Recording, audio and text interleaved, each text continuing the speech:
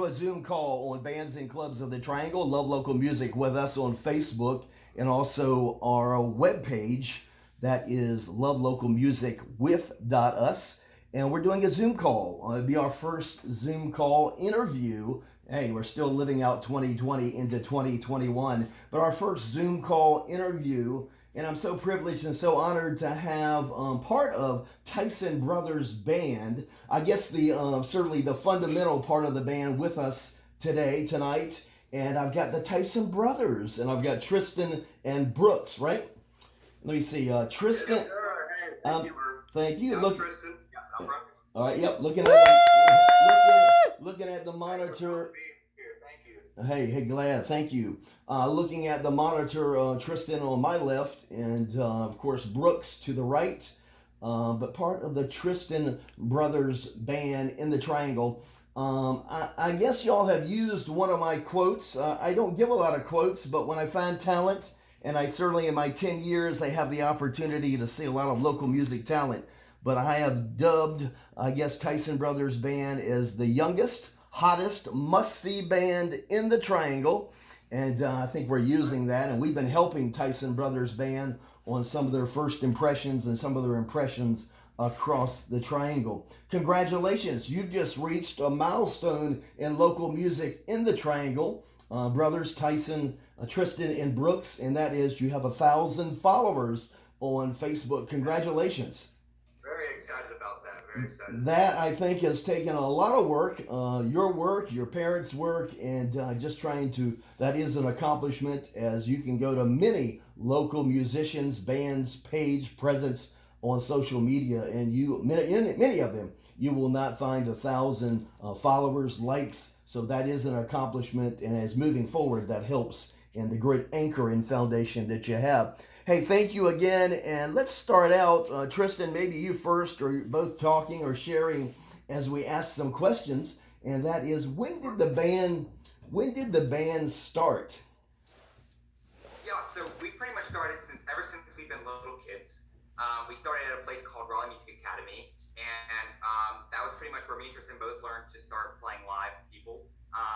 They had monthly open mic nights, and me and Tristan took those opportunities to start playing for people, and people around would start like calling us the Tyson Brothers Band because like me and him were, we'd start playing, and they'd ask like, hey, are the Tyson Brothers playing that month? Right. And that's kind of just how we started. That's kind of how the name started coming around.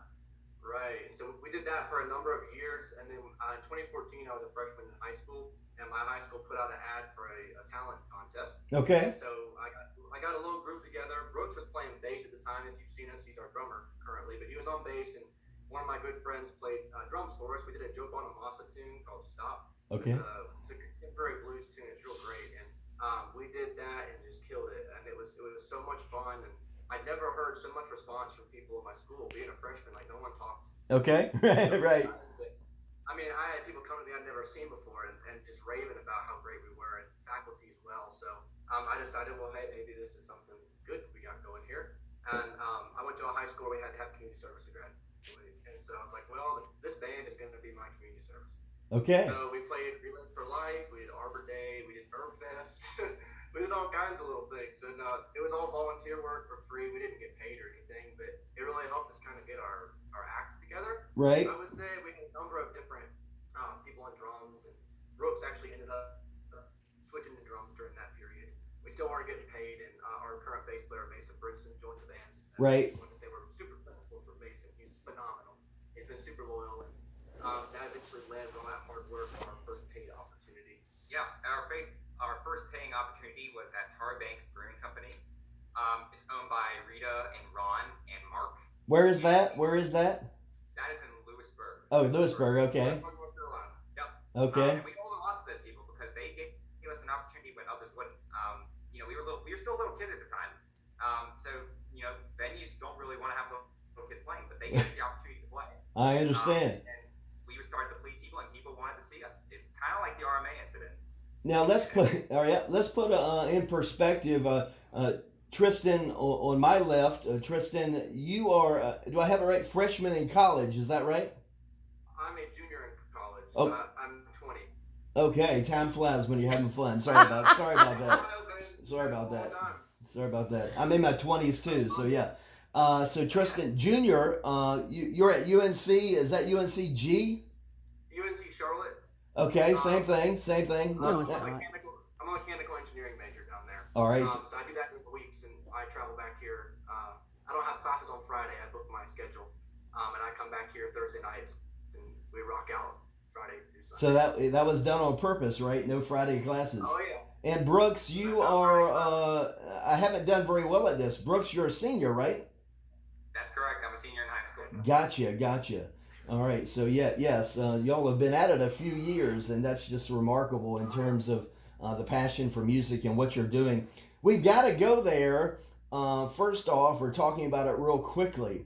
The Tyson Brothers Band plays music from the 60s, 70s, 80s. I guess you touch maybe some into the 90s. You can help me with that. But what in the world was the trigger point, the influences to make a 17-year-old, a 20-year-old, back in your teens, preteens, to fall in love, or when did that orientation come for such a wide range of music?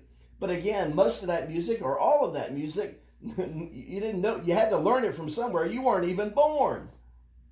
Yeah, so that definitely 100% came from both of our parents, our mom and dad. They exposed us to that type of music at a very young age, and from then till now, we have just fallen in love with that music, and we just formed the band, and we play it because we love it. Does Exactly. does it feel strange playing songs of the 60s or 70s or whatever? Does it feel strange? I would say not. I guess my take on things is, good music is good music, and as a musician, like, there's a feeling you get inside when you play a song that really resonates with you, and all that music is just great music. And so when you play it, I know we always talk about it, but when we play on stage, it's almost like we're levitating or something, because it really is a magic feeling. Yes. And that's classic music, and to be able to perform it for people that may have not heard it or grew up with it and really keep that music alive is truly an honor. Right. Yes, remarkable. Great. Yep. Good description of it. Help us now on a sampling, or how you describe. I've seen you perform 3-4 times. I've actually been handed a set list that I got to review and look at. Some bands, for some reason, they may be keeping their set list a secret. Don't quite understand that, but I'm trying to push more people. Hey, those are the songs that you enjoy and have passion for. But describe or give us a variety, 2, 3, 4 songs of what we find when we see Tyson Brothers Band perform of that range or those years. Right. So just to give you, I guess, like Brooks said, just an overview, we play what we love. So that was really the basis of it, and then just like a simple structure, and then I'll get to some songs. But we always look at the Billboard charts. We look at where things charted out when we're kind of selecting what song to do. And I would bet money that you couldn't find one number 1 hit on our set list, but you'll find a lot of number 25s, a lot of number 10s, Right. Songs like that. All the stuff that everybody used to love, but the radio ignores nowadays because they weren't the number 1 hits or the number 3 hits. And so that's really kind of the basis for it. And so just to give you an example, we played Van Halen, and so a lot of people would think to do like Jump or Panama, but like one of my favorite albums is 1984. So we do Drop Dead Legs, which is an amazing song. Everybody that we played it for, we have one guy who he came and he asked us, actually, he didn't know we played it, but he wrote it on a napkin and handed it to me and said, "Can you play Drop Dead Legs?" And it's songs that people know. It's just the radio. Right. And so, he was thrilled to hear Drop Dead Legs. And we do some stereotypical bands that people cover, like, a lot of people cover Billy Idol. But instead of doing like Rebel Yell or White Wedding or Moni Moni, we do Dancing with Myself. Which I don't think I've seen a cover band in the area play Dancing with Myself. Right. So that's kind of our goal, is just to be playing great music, but just playing the songs that not everybody else likes to cover. And like Tom Petty too, we do like Last Dance with Mary Jane, and we do Honeybee, which is Honeybee is like a deep track off the Wildflowers album. We do the Beatles, but we don't do Hey Jude or Yellow Submarine. We do Hey Bulldog. Okay. And so we put a little bit of oomph on them, I would say, because if you listen to Hey Bulldog, it's piano and it sounds like the 60s with the Beatles, but we kind of make it our own. We kind of Tyson Brothers Band it up, I would guess you could say. Right. So we add some distortion to it and we rock it up. So And did I describe it right? 60s, 70s, 80s, you're touching some 90s. Is that pretty much I the... did some early '90s, yes. Okay, okay.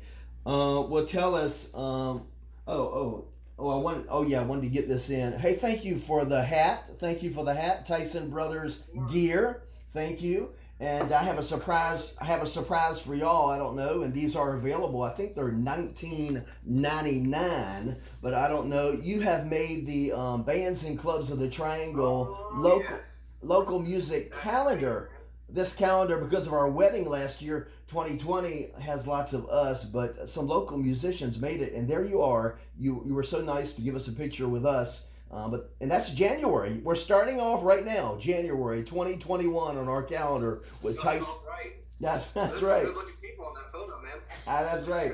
And hey, we're looking forward to greater things in 2021, right? 2020 had lots of things, and we'll start the year tough, but hopefully looking exciting to get behind us. I wanted to mention or talk about goals.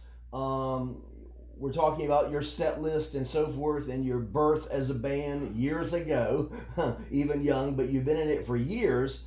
But goals for the band, goals for you as brothers. Can you speak to that? For sure. So I know, speaking for both of us, our number one goal is to write and perform our own original music. And I guess that'd be our band goal. But as brothers, I think our goal is to always do it together.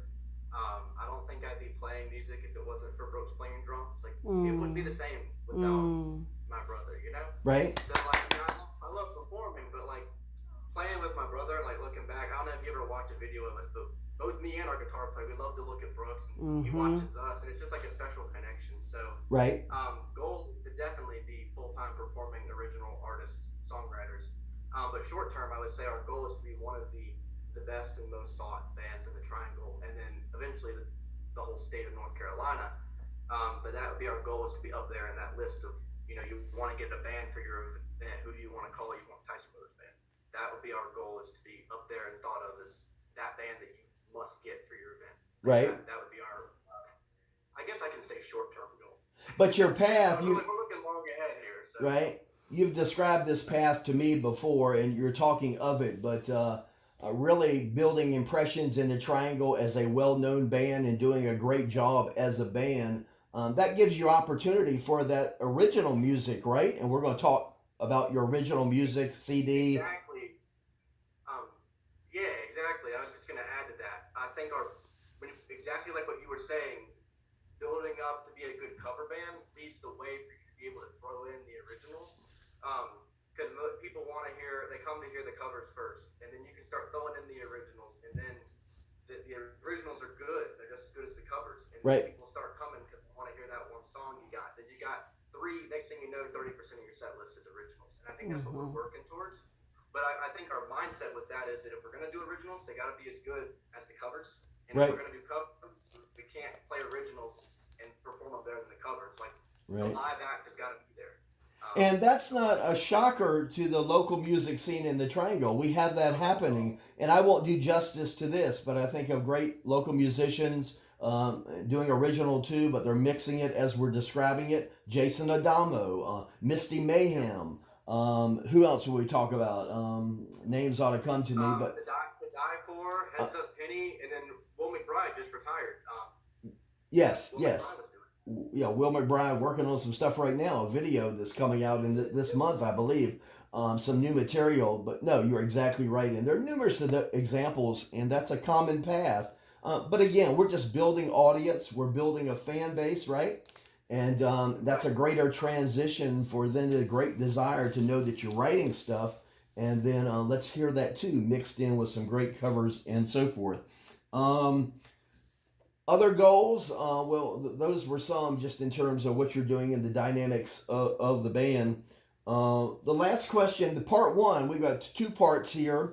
Let's talk about quickly, just talk about not only Tyson Brothers, but the family involvement in the band. We might have to cut that at some point, but let's talk about, how's your whole family involved?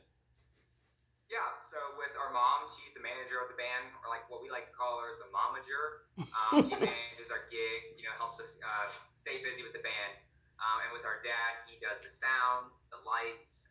He's also our roadie and helps us get the equipment. But even when we were like first starting as a band, back when we were like really little kids and we were starting to play and get paid gigs, they had to help us get the money to get speakers and all this nice stuff, because as little kids, when you're first starting, we didn't have the money that we have now with the paid gigs. Right. So they had to help us use that money for Exactly, because just to put it in context here, like when we started out, I was 13 years old and Brooks was 10, and we were playing live. Right. And so, where's a 13-year-old going to get money to buy speakers and a mixer? And I can't even get that stuff loaded. I can't drive, And so our parents have been an integral part from the beginning.